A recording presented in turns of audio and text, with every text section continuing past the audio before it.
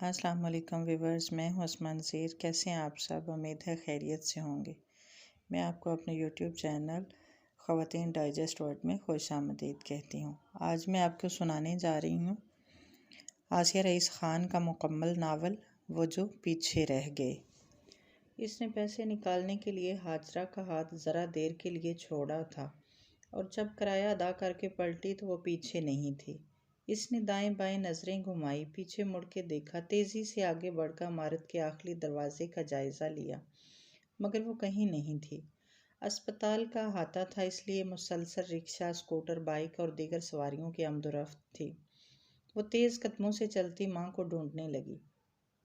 عجلت اور بے قراری اس کے انگ انگ سے ظاہر تھے۔ حاجرہ سی جسامت والی دو عورتوں کو اس نے دوڑ کر پکڑا اور رخ اپنی سمت کر کے چہرہ دیکھا۔ اجنبی چہرہ دیکھتے ہی اس نے اپنی حرکت کی معذرت کیے بغیر انہیں چھوڑ کر اسی رفتار سے آگے بڑھ کر دوسرا چہرہ دیکھنے لگتی۔ گھبراہٹ میں وہ یہ بھی فراموش کر بیٹھی تھی کہ حاجرہ نے آسمانی ساڑی پہنی ہے۔ حواس باختہ ہوتے ہوئے وہ ان کے سے قد و قامت والی ہر عورت کو روک رہی تھی۔ ہر گزرتے لمحے کے ساتھ اس کے دل کی دھڑکن دھیمی ہو رہی تھی، مانو بس اب تھم جانے کو ہے۔ ہاتھ پیر بے جان سن ہونے لگے تھے۔ اس کا دوپٹہ سر سے ڈھلک کر شانوں پر آن گرا تھا۔ ہینڈ بیگ کا ایک اسٹرپ کاندھے سے نیچے جھول رہا تھا۔ اسپتال کے آس پاس کا سارا علاقہ چھاننے کے بعد آنسوؤں سے بھری آنکھوں اور کانپتے ہاتھوں سے عبدالخالق کو فون لگا رہی تھی۔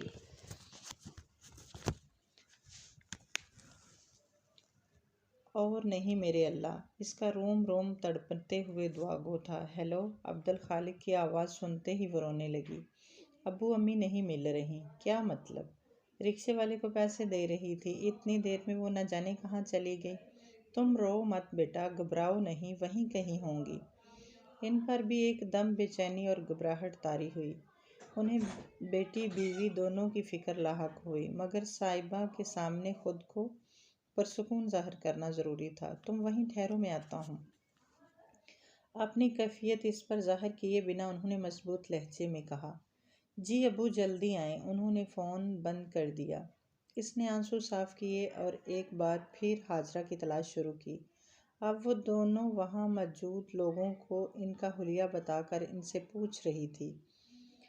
پوچھتے پوچھتے اسے اچانک فون میں موجود حاجرہ کی تصویر کا خیال آیا۔ جب تصویر دیکھ کر بھی سب نفی میں سر ہلانے لگے تو باپ سے بات کرنے کے بعد بندی ڈھارس بھی ختم ہونے لگی۔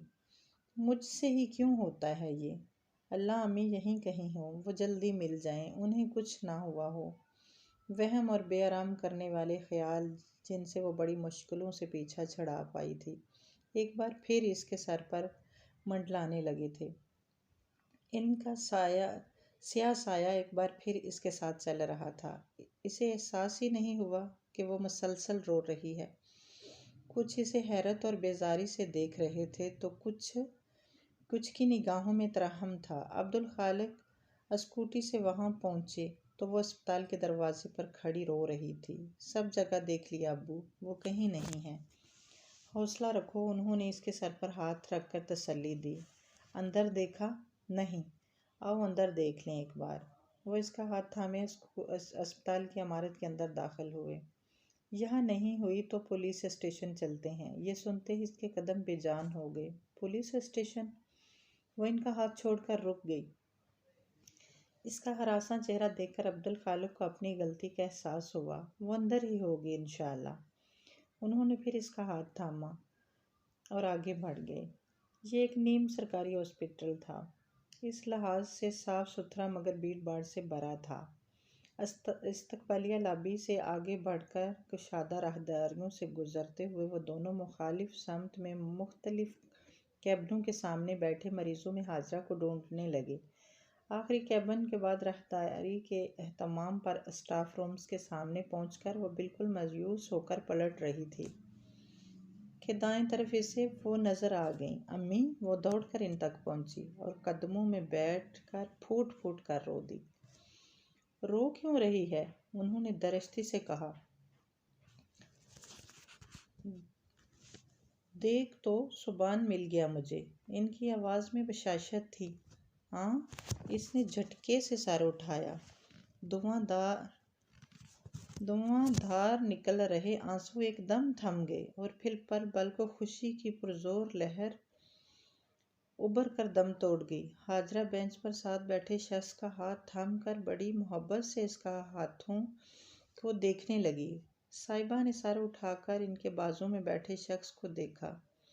اسیر اسے ہی دیکھ رہا تھا۔ اس کی آنکھوں میں اس عجیب صورتحال پر حیرت یا جھنجھلاہٹ نہیں بلکہ نرمی کا تاثر تھا۔ نگاہ ملتے ہی وہ ہلکے سے مسکرایا۔ صاحبہ نے نگاہوں کا زاویہ بدل کر ماں کو دیکھا۔ وہ خوشی سے مسکراتے ہوئے اپنے ہاتھ میں اجنبی کا ہاتھ جکڑے سے سہلا رہی تھی۔ اس نے گہری سانس لیتے ہوئے چہرہ خشک کیا اور کھڑی ہو گئی۔ اس میں فی الحال اس اجنبی کو وضاحت دینے، معذرت کرنے اور اس صورتحال سے نمٹنے کی سکت نہیں تھی۔ اس سے پہلے بھی ایسا کئی دفعہ ہو چکا تھا اور ہر بار زبردستی پکڑ کر بٹھائے گئے بندے کو سمجھانا اور پھر اس کی تلخ اور ترش باتیں سننا پڑتی تھی۔ وہ کچھ کہے بنا وہاں سے دور ہو کر عبدالخالق کو فون لگانے لگی۔ ابو لاسٹ میں آئیں، امی ادھر ہیں۔ ان کی کال ریسیو کرتے ہی اس نے کہا۔ زرد اور سرمئی امتزاج کے سوٹ میں گندمی رنگت اور درمیانے قد والی اس لڑکی کو وہ یوں دیکھ رہا تھا جیسے بعد میں یادداشت کے سہارے اس کا ہو بہو اسکیچ بنانا ہو اور معمولی سی تفصیل بھی مس کرنا گناہ ہو۔ اسے اس کی متورم گہری سیاہ آنکھیں، چھوٹی سی ناک، قدرے سیدھی بویں، مختصر سا ماتھا اور بھرے ہوئے ہونٹ ہی نہیں، اس کا سیاہ ہینڈسم براؤن جوتے، کان کی چھوٹی سی بالیاں، دائیں آستین سے جھانکتی گھڑی اور بائیں ہتھیلی کی پشت کا داغ بھی ازبر ہو گیا تھا۔ اتنا ہی نہیں، ترتیب سے اس کے چہرے پر بدلے فکر، اطمینان، مسرت اور پھر دکھ کے ساتھ ملامت کے تاثرات بھی ذہن میں درج تھے۔ عمر کے فرق کے باوجود اس کے قریب بیٹھی خاتون اور اس جاذب نظر لڑکی کے چہروں کی مماثلت انہیں ماں بیٹی بتا رہی تھی۔ فون بند کر کے اس نے ایک تھکی تھکی سانس لے کر ہینڈ بیگ اور دوپٹہ درست کیا اور وہیں کھڑی عبدالخالق کا انتظار کرنے لگی۔ ماں کے مل جانے پر کچھ دیر پہلے والی بیقراری اب ندارت تھی اور ذرا پیچھے چلی گئی۔ دائمی اداسی پھر احساسات کی محفل میں نشست سنبھال چکی تھی۔ اس نے مڑ کر دوبارہ انہیں دیکھا نہیں تھا، مگر اسیر کو محسوس ہو رہا تھا وہ آنسو ضبط کرنے کی کوشش کر رہی ہے۔ کہاں ہیں؟ عبدالخالق صاحب نے قریب پہنچ کر پوچھا ہی تھا کہ بینچ پر نظر پڑی۔ اوہ! ایک اجنبی نوجوان کا ہاتھ تھامے بیٹھی بیوی کو دیکھتے ہی انہیں سارا ماجرا سمجھ میں آ گیا۔ وہ بینچ کے پاس آ کر رک گئے۔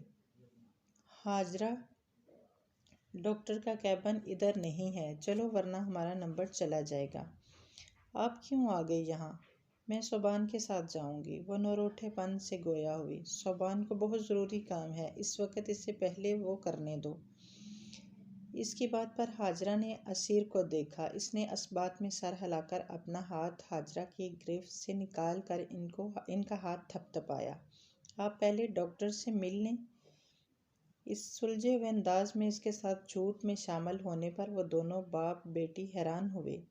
ہاجرہ نے انہیں ایسی مشکل میں پہلے ڈالا تھا اور ہر بار انہیں مقابل کی بے آرامی، ناگواری، جھنجھلاہٹ اور کبھی غصہ تک جھیلنا پڑتا تھا۔ کوئی ان کے ساتھ اس کھیل میں اس طرح شامل نہیں ہوتا تھا جیسے وہ ہوا تھا۔ تم صاحبہ کے ساتھ جاؤ، میں پیچھے آ رہا ہوں۔ انہوں نے ہاجرہ کو کھڑا کیا، تب تک وہ بھی قریب پہنچ گئی تھی۔ چلیں امی۔ اس نے ان کے شانوں کے گرد بازو پھیلایا اور انہیں ساتھ لے کر آگے بڑھ گئی۔ ہاجرہ نے مڑ کر اسیر کو دیکھا جو اب کھڑا تھا۔ اس نے مسکرا کر انہیں جیسے تسلی دی۔ راہداری میں غائب ہونے تک وہ مڑ مڑ کر اسے دیکھتی رہیں۔ ہم اس تکلیف اور پریشانی کے لیے بہت شرمندہ ہیں، عبدالخالق نے انگریزی میں کہا۔ معذرت کر کے شرمندہ نہ کریں انکل، اس نے شائستگی سے اردو میں کہا۔ آنٹی نے شاید مجھے انٹریس پر دیکھا اور وہیں سے میرے پیچھے یہاں تک چلی آئی تھی۔ بیٹا، کھو دینے کا غم اور اس کے نہ ہونے کی حقیقت اتنے برس گزر جانے کے بعد بھی وہ پوری طرح قبول نہیں کر پائی ہے۔ کبھی کبھی یوں ہی کسی نوجوان میں اسے اپنا بیٹا نظر آ جاتا ہے۔ اور میں ڈاکٹر اسیرز ماں۔ اس نے تعارف کے ساتھ مصافحے کے لیے ہاتھ بڑھایا جسے عبدالخالق نے تھام لیا۔ جنرل سرجن، کچھ دن پہلے ہی یہاں جوائن کیا ہے۔ ماشاءاللہ، بہت خوشی ہوئی آپ سے مل کر۔ اس نے حاجرہ کے ڈاکٹر کا نام پوچھا اور چند مزید باتوں کے بعد عبدالخالق ڈاکٹر ساحل کے کیبن کے پاس چلے آئے۔ دن کا یہ وقت سبھی ڈاکٹروں کی او پی ڈی کا ہوتا تھا۔ یقیناً اس کے مریض بھی انتظار کر رہے ہوں گے۔ یہ معمول کا فالو اپ تھا، لیکن کچھ دیر پہلے آنے ایپیسوڈ کے بعد ڈاکٹر نے مزید کچھ دعاؤں کا اضافہ کر دیا۔ وہ تینوں وہاں سے فارغ ہو کر واپس ہو رہے تھے، تب حاجرہ کی نظر پھر استقبالیہ پر کھڑے اسیر پر پڑی۔ اب سبحان کو بھی ساتھ ہی لے لیں، انہوں نے رک کر اس کی سمت اشارہ کرتے ہوئے شوہر سے کہا۔ اس نئی فرمائش پر ان دونوں کے چہرے پر پریشانی پھیل گئی۔ تبھی اسیر بات ختم کر کے پلٹا اور انہیں دیکھ کر اس سمت چلا آیا۔ صاحبہ نے ہینڈ بیگ اسٹرپ سختی سے پکڑا۔ اب جانے کیا سین کریٹ ہو، اس کا دل پہلے ہی بیٹھنے لگا۔ مجھے کچھ اور وقت لگے گا، کام ابھی ختم نہیں ہوا ہے۔ اس نے بنا کسی تہمید کے حاجرہ کو مخاطب کیا۔ یہاں تمہارا کیا کام؟ میں ڈاکٹر ہوں یہاں۔ اچھا، حاجرہ نے بے انتہا خوش ہو گئی۔ شکر تھا انہوں نے مزید حجت نہیں کی تھی اور نہ تفصیل پوچھی تھی۔ چلو انہیں کام کرنے دو، ان کا وقت ضائع نہ کرو۔ عبدالخالق نے بیوی کا ہاتھ تھاما۔ اللہ حافظ بیٹا، اسے کہتے ہوئے وہ حاجرہ کو لیے آگے بڑھ گئے۔ دیر مت کرنا سبحان، جلدی آنا، انہوں نے مڑ کر بڑے لاڈ اور استحقاق سے کہا۔ اسیر نے مسکرا کر اس بات میں سر ہلایا۔ صاحبہ بھی ان کے پیچھے آگے بڑھی۔ باہر نکلنے سے پہلے اس نے مڑ کر دیکھا، دراز قد اور چوڑے شانوں والا وہ خوبرو سرجن وہیں کھڑا انہیں دیکھ رہا تھا۔ اس کے چہرے سے ذہانت ٹپکتی تھی۔ اسے امی کو لے کر یہاں بار بار آنا تھا اور وہ یہیں اس کے فرائض انجام دے رہا تھا۔ یہ حقیقت اسے ابھی سے نڈال کر گئی۔ یا اللہ، آئندہ کبھی امی اور اس ڈاکٹر کا سامنا نہ ہو، اس نے دعا مانگی۔ عموماً اسپتال میں اتنا وقت نہیں لگتا تھا، مگر آج کے غیر معمولی حادثے کی وجہ سے خاصی دیر ہو گئی تھی۔ عبدالخالق بھی اس کے فون پر آفس سے اسپتال آئے تھے۔ وہ آفس واپس جانے کی بجائے اپنی اسکوٹی پر ان کے رکشہ کے پیچھے گھر ہی چلے آئے۔ حاجرہ کا مزاج ٹھیک ہوتا تو ہی صاحبہ انہیں اسپتال لے جاتی تھی، ورنہ پھر یہ کام عبدالخالق کو کرنا پڑتا تھا۔ ان تینوں نے ایک ساتھ کھانا کھایا، پھر حاجرہ کو دوائی دی۔ انہوں نے بے مشکل ظہر کی 4 فرض نماز پڑھی اور دعا کی وجہ سے فوراً سو گئی۔ نمازوں پر بھی ان کی ذہنی کیفیت اثر انداز ہوتی تھی۔ کبھی ایک ہی نماز 2-4 بار پڑھ لیتی، کبھی ان پر جیسے ضد سوار ہو جاتی۔ شوہر اور بیوی کے کہنے پر بھی وہ نماز کو کھڑی نہیں ہوتی۔ کبھی ان کے یاد دلانے پر چپ چاپ پڑھ لیتی تھی۔ ان کے بعد عبدالخالق آفس چلے گئے۔ ایسے ایپیسوڈ کے بعد وہ جب سو کر اٹھتی تو سب بھول جاتی تھی، لیکن آج اسے ڈر لگ رہا تھا کہ شاید انہیں سب یاد رہے۔ پہلے کبھی کوئی یوں ان کا بیٹا نہیں بنا تھا جیسے آج بنا تھا۔ ان کے کمرے کا دروازہ بند کر کے وہ ہال میں آ گئی۔ اب انہوں نے شام میں ہی جاگنا تھا۔ صوفہ اور درمیان کا چھوڑ کر وہ فرش پر دیوار سے ٹیک لگا کر پیر سامنے پھیلا کر بیٹھ گئی۔ دوائی کے زیر اثر ہوش و خرد سے بیگانہ بے ہوشی جیسی نیند میں ڈوبی ماں، سرکاری نوکری سے سبکدوشی کے بعد خود کو مصروف رکھنے کے لیے ایک معمولی فرم میں اکاؤنٹنٹ کی نوکری کرنے والا باپ، جس کزن کو پسند کرتی تھی، اس کا رشتہ ٹھکرا کر دوسرے شہر شادی کرنے والی بہن اور بیوی، بچوں کے ساتھ دوسرے ملک بس جانے والا بھائی، ان سب کی قصوروار وہ تھی۔ اس گھر کی تنہائی، خاموشی، اداسی اور دائمی دکھ کی وجہ وہ تھی۔ اس کی ایک غلطی، ایک لاپرواہی نے ان سب کو زندہ درگور کر دیا تھا۔ وہ گہرے خیالوں میں ڈوبی تھی اور ہمیشہ کی طرح اس کے ناخن خود بخود بائیں ہتھیلی کے پرانے زخم کو کریدنے لگے تھے۔ اس کی اسی عادت نے وہاں بدنما داغ بنا دیا تھا۔ وہ نہیں چاہتی تھی اس کی سزا ختم ہو، بلکہ وہ اپنے پیاروں کی سزائیں بھی خود بھگتنا چاہتی تھی، مگر کاش ایسا کر پانا اس کے اختیار میں ہوتا۔ وہ اکثر سوچتی تھی، کیا فائدہ سائنس کی اتنی ترقی کا، جب ہم کسی کا درد نکال کر اپنے اندر منتقل کرنے کے قابل نہیں ہوئے۔ وہ اس سے 1 سال ہی چھوٹا تھا، ہمیشہ اس کا ہاتھ تھام کر ہر جگہ جانے والا اس کا معصوم بھائی اس کی غفلت کی وجہ سے ہمیشہ کے لیے کھو گیا تھا۔ سیمنٹ فیکٹری اور ٹریکٹر مینوفیکچرنگ پلانٹ کے قریب ہونے کی وجہ سے اس شہر کو شہریت حاصل تھی۔ دوسری وجہ یہاں کسی ٹرسٹ کے زیر اہتمام بنا بہت بڑا نیم سرکاری ہسپتال تھا۔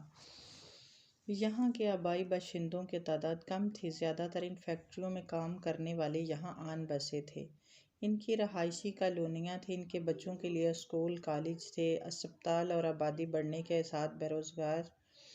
ساتھ روزگار کے ذرائع بھی پیدا ہو جاتے ہیں۔ اسی وجہ سے کچھ قریبی دیہات والے بھی یہاں آ کر آباد ہو گئے تھے۔ ہفتے کے دن ان کے قریب ہی بازار لگتا تھا۔ ایسے ہی ایک دن وہ صبان کا ہاتھ تھامے بازار میں گھوم رہی تھی، وہاں اسے اسکول کی سہیلیاں مل گئیں۔ ان کے ساتھ باتیں کرتے ہوئے اسے احساس ہی نہیں ہوا کہ کب وہ صبان کا ہاتھ چھوڑ کر سہیلیوں کے ساتھ املی، پاپڑ، چنے اور چپس کھانے لگی ہے۔ جب سہیلیاں وداع ہوئی تو وہ چونکی، صبان کہاں ہے؟ تب تک بہت دیر ہو چکی تھی۔ اسے ڈھونڈنے کی اپنی سی کوشش کے بعد وہ روتے دھوتے گھر پہنچی، جہاں ڈانٹ پھٹکار کے بعد سب بازار میں صبان کو ڈھونڈنے دوڑے۔ بازار میں اعلان ہوا، محلے والے بھی تلاش میں شامل ہوئے، پھر رشتے دار اور آخر میں پولیس۔ اگلا دن نکلا، پھر دوسرا اور پھر تیسرا۔ 5 سالہ زندہ بچے کی تلاشی کسی بری خبر کے انتظار میں ڈل گئی۔ اس کی تصویریں مقامی اخباروں میں چھاپی گئی، شہر کے ہر گلی محلے، بس اڈے اور ریلوے اسٹیشن پر پوسٹر لگائے گئے۔ انعام کا اعلان ہوا، والدین کی اپیل کرتی ویڈیوز بنا کر سوشل میڈیا پر عام کی گئیں، مگر صبان ملا نہ، اس کی کوئی خبر۔ کئی لوگوں نے پوسٹر اور ویڈیوز دیکھ کر فون کیے، مگر تحقیق اور معاملات کے بعد وہ سب بے سود ثابت ہوتے۔ ہر گزرتے دن کے ساتھ بے چینی، بے قراری اور اداسی بڑھتی جا رہی تھی۔ دن ہفتے اور پھر مہینوں میں ڈل گئے تھے، صبر اور سکون غائب تھا۔ کبھی کوئی کہتا فلاں جگہ صبان جیسا بچہ دکھا ہے تو عبدالخالق فوراً پہنچتے۔ کبھی کسی لاوارث لاش کی خبر گردش کرتی تو وہاں بھی دوڑتے، مگر سب بیکار تھا۔ اس وقت شہر کے تھانے کے انچارج اقبال چودھری کے لیے بھی یہ کیس اتنا خاص بن گیا تھا کہ سکدوشی کے بعد بھی وہ صبان کی تصویر جیب میں لیے گھومتے تھے۔ پوچھے بنا کسی شواہد اور نشاندہیوں کے بچے کا یوں غائب ہونا اور پھر اس کی کوئی خبر نہ مل پانا اس کے کیریئر کا واحد داغ تھا۔ اس کیس نے انہیں عبدالخالق کے قریب کر دیا تھا۔ ایک عرصے بعد اب وہ عبدالخالق کے دوست بھی تھے۔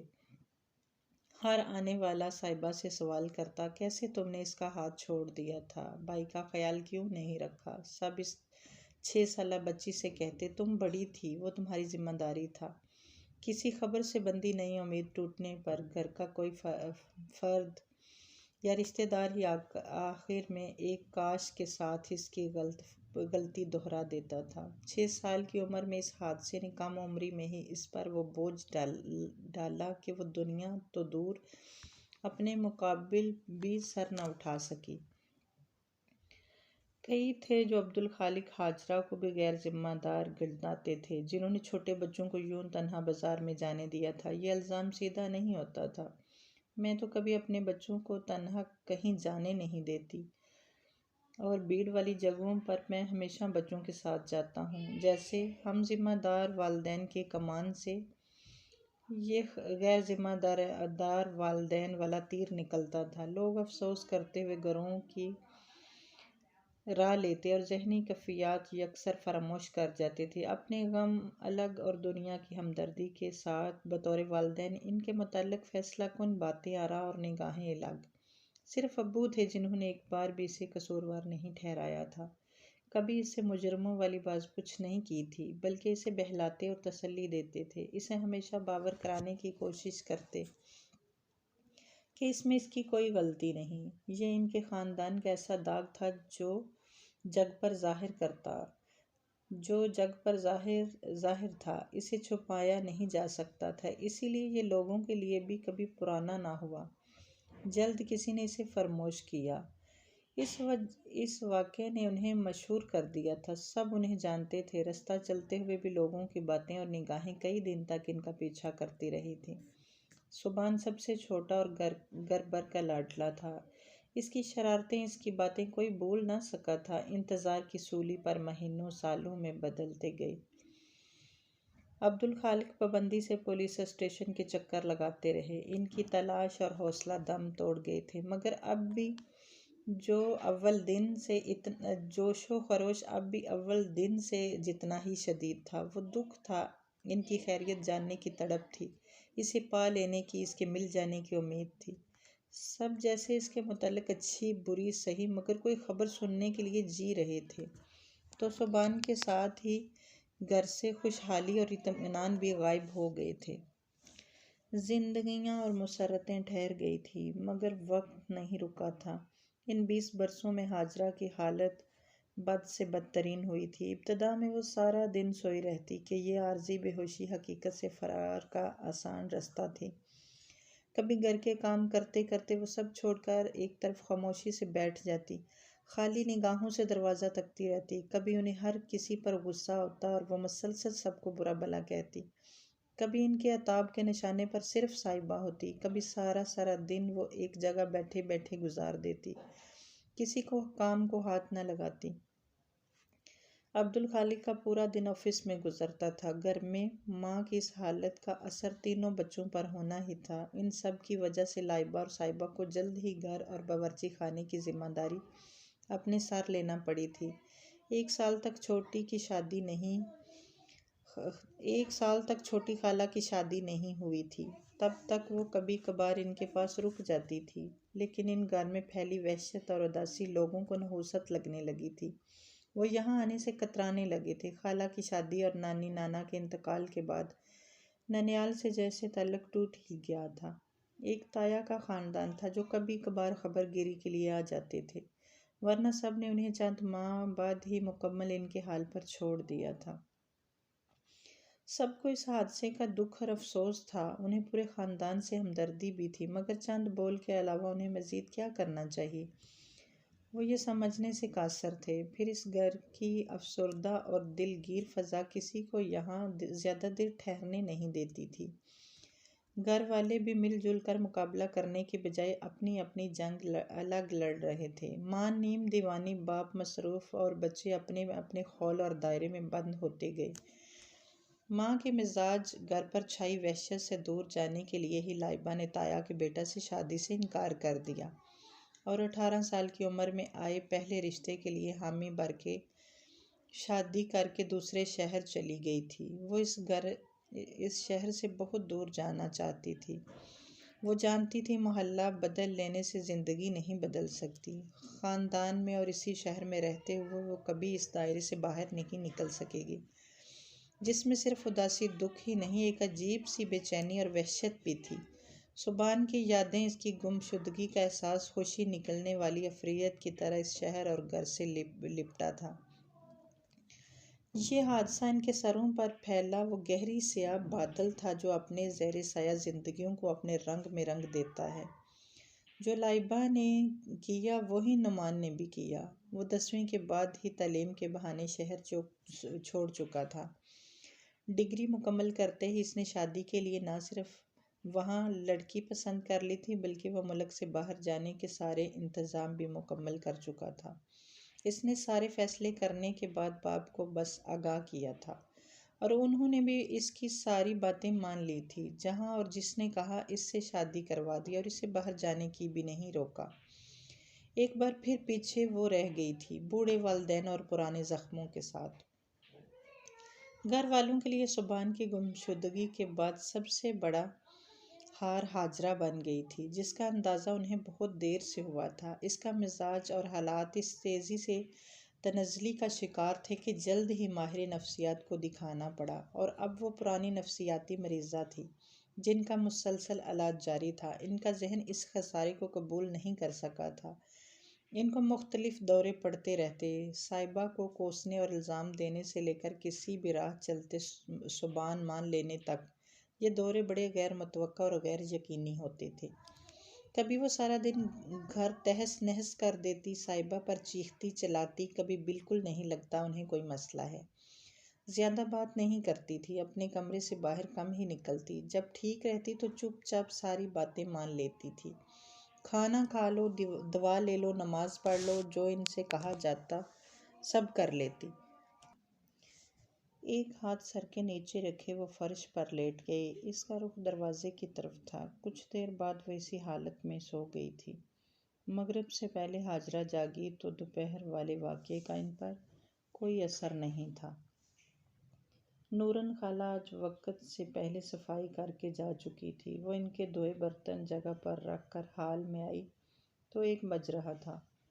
وہ اور حاجرہ عموماً ظہر کی نماز پڑھ کر کھانا کھاتی تھی۔ عبدالخالق 9 بجے ٹفن لے کر جاتے تھے اور شام 5 بجے ان کی واپسی ہوتی تھی۔ اس نے غسل کیا، اس کے بعد ظہر کی نماز پڑھی۔ حال میں میز پر کھانا لگانے کے بعد وہ حاجرہ کو بلانے گئی۔ ان کے کمرے میں آئی۔ چلیں امی؟ دروازہ کھلتے ہی وہ گھبرا گئی، کمرہ خالی تھا۔ امی امی، اس نے آوازیں لگاتے ہوئے وہ کہیں نہیں تھی۔ چھوٹے سے احاطے کا داخلی دروازہ کھلا دیکھ کر اس کے ہاتھ پیر بے جان ہونے لگے۔ گھبراہٹ کے ساتھ پھر اس کی ٹانگیں اور ہاتھ کانپنے لگے تھے۔ وہ فوراً جہاں کھڑی تھی وہیں بیٹھ گئی۔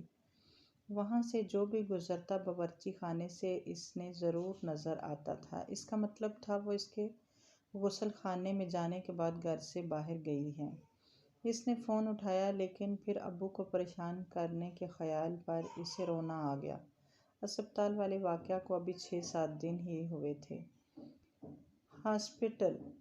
اسپتال کا خیال آتے ہی اس کا ذہن جاگ گیا۔ کپڑے تبدیل کرنے اور بال بنانے کا وقت نہیں تھا۔ اس نے ہینڈ بیگ اٹھایا اور گھر کو تالا لگا کر رکشہ سے اسپتال پہنچی۔ مجھے ڈاکٹر اسیر زماں سے ملنا ہے، اس نے استقبالیہ پر بیٹھی لڑکی سے کہا۔ اوہ!